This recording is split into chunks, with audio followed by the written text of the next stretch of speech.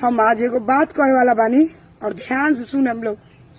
ऊपर मत भगाई हमरा के, ठीक बानू।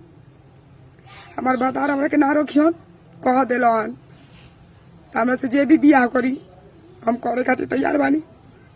लेकिन हमार 3 गो लड़को बा, हम बियाह मेहरारू हई, हमरा से बियाह कर लो। हम तारो लोग के रोटी बना के खियाम, दाल भात चोखा खियाम, और संगे संगे तू जोन कहब तोन करम।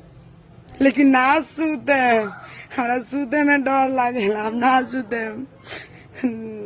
तार लोग खातिर सब चीज करम, तार गोड़ दबाम, तार गान, तार सब चीज दबाम, लेकिन सुते का मत कहियो, डर लागेला।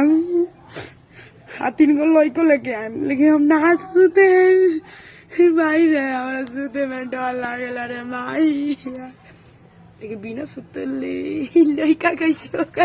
उनु व्हाट्सएप से भइला, व्हाट्सएप से लोड भइला, लोड मतलब व्हाट्सएप से लोड भइला, लेकिन हम ना सुते।